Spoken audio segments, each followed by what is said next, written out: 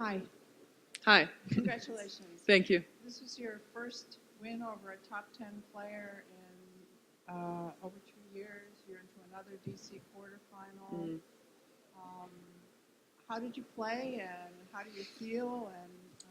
Um, well, I started very slow. My footwork was off. I didn't move well. I wasn't in position for the shot, so I was making a lot of unforced errors, and there was kind of a breeze out there, so you need to move your feet extra, double as much as you normally should, and I didn't do that, so I was missing a lot of balls.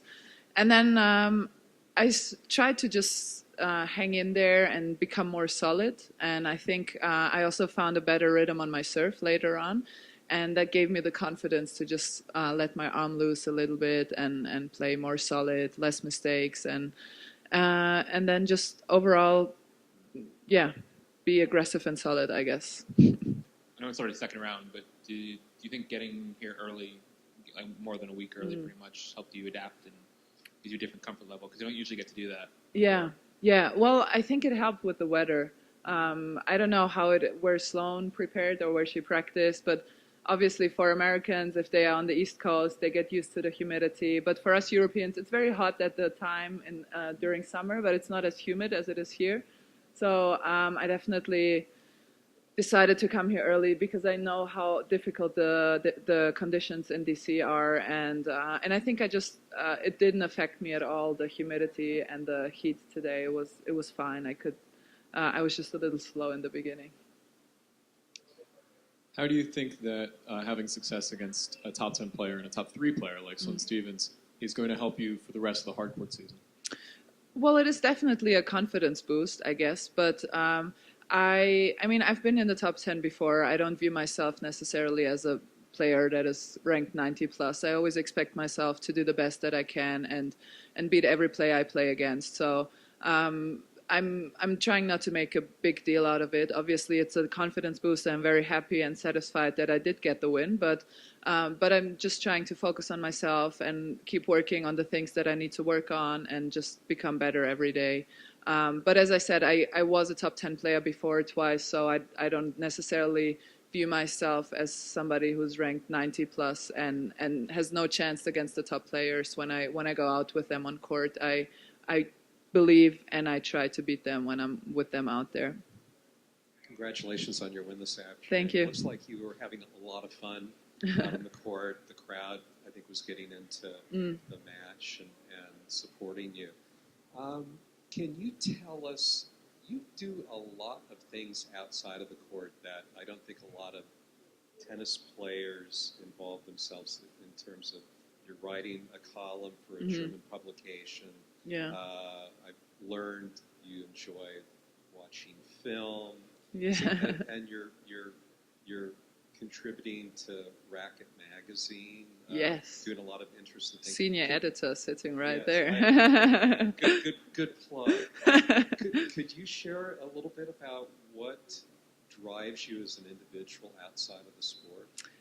Well, I always felt a little contained in the tennis world. Just my mind felt a little contained. I felt like I was putting in a lot of work, but something was missing. There was a little link missing to my life just to be overall happy.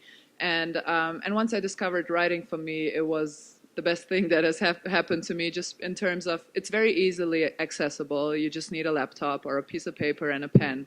And you can do it wherever. It doesn't cost you any physical energy. It's not a hobby like skydiving. If I would do skydiving 3 times a week during the tournaments, that wouldn't necessarily help me. But writing is very easily accessible, and it trains my mind, and it keeps me creative, and it keeps me sharp in my mind, and I think that's very important.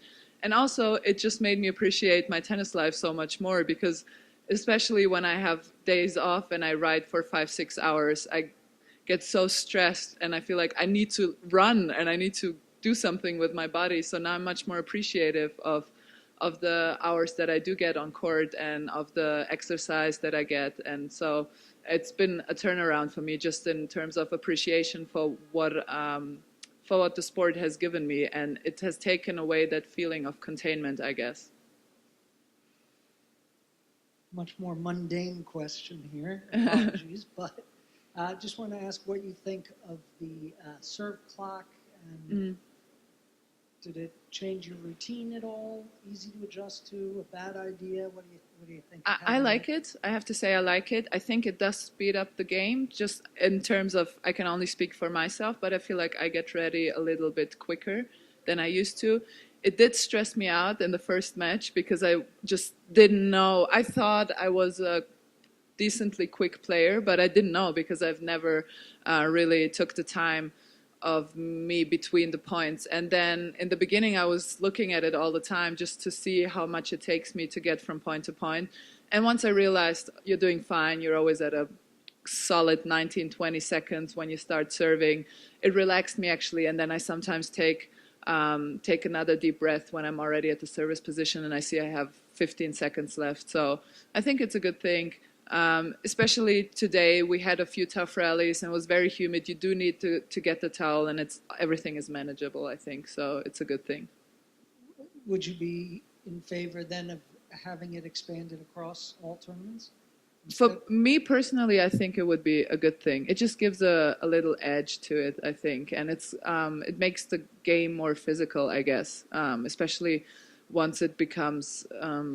Once the rallies become really long, and then I think it favors the physically stronger player, probably. I don't know, I just assume, but I didn't have any problems. It's easy when you're okay with it, and it's easy to favor it for all the other tournaments as well. I'm sure there are other players who are slower, who are not such big fans, I guess.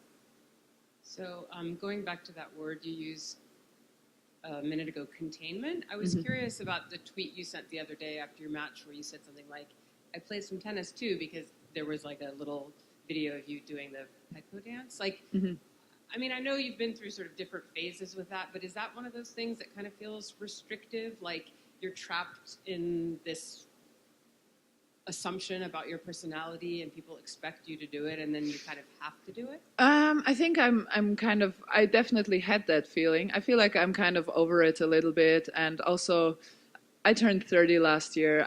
I feel like I'm kind of over everything by now. I don't know. It's not meant in a negative way. It's more like I've kind of gotten over my ego, if that makes any sense. And I've heard from older people that it gets even better once you get older. I don't know. I hope it does, because it doesn't affect me that much anymore what people say about me. And if it makes a few people happy, if I shake my hips from left to right, it's fine. You know, I won't do it every time. I'm just going to do it when I feel like it, and it's not going to be something that is a necessity. But actually, that tweet, when I reread it, I see how it came across. But what I actually meant, because I had just retweeted my column that was published that day, and so I meant it more like I wrote the column, but actually I also played some tennis today. But then when I reread it, because I had the tweet before was in German, so it was kind of confusing. But I'm a confusing person, so I guess that's fine. Your ranking has dropped down a little bit. What has this year been like for you? Have there been any particular struggles, and how do you kind of keep going? Well, I think for me, I made a huge mistakes in the last 2 years when my ranking dropped. It dropped for different reasons. We don't have to get into it now. I was rushing for points, and I thought, okay, the more tournaments I played, the sooner I will get back to where I was. And I think that was a big mistake, because now this year, with my new coach also by my side, we opted out of playing all the tournaments possible, but I took breaks. I'm older now. I need the breaks, and I rested my body. I prepared. I worked on a few things technically, and that makes me a better player. And it also makes me win points easier with the fewer tournaments, instead of being exhausted all the time and then losing to everybody, because everybody is really, really good players today. It's not as easy as it used to be. You've been around tour for a long time. Do you have any trophies that particularly stand out, ones you have won or haven't won that are particularly unusual? Wait, what kind of trophies? Like for winning a tennis tournament? Trophies? Or trophy wives? No, but I mean like trophy, like for winning a tennis tournament. Yeah, are there any like that you think of? I'm doing a story on the Cincinnati Trophy. I don't know if you've. I mean, the Madrid Trophy is highly questionable. Yeah. Yeah, definitely. I guess, but but people have different tastes, and I only gotten really classical trophies. The one in Charleston is a little out. It's like a glass thing, but it's really pretty, so you can put it on your shelf, and it looks like a nice vase or vase. Is it vase? Vase? Vase. Okay. But all the other trophies that I have are pretty classical, I have to say. Yeah. So just Madrid sticks out to you most. Sorry? Just Madrid then sticks out to you. Well, that's the most. one that I also know that Indian Wells always has like some crystal thing going on, right? Well, yeah. Madrid is, everybody thinks of Madrid, I think. What is it about the Washington tournament that you like so much?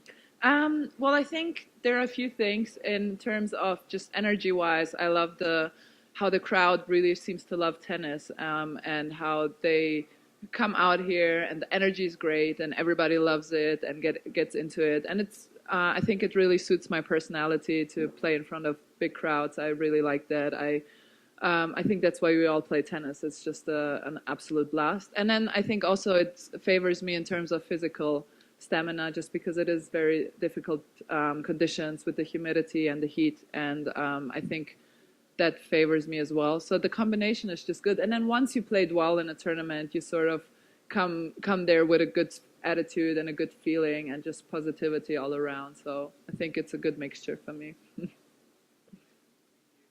Thank you, guys.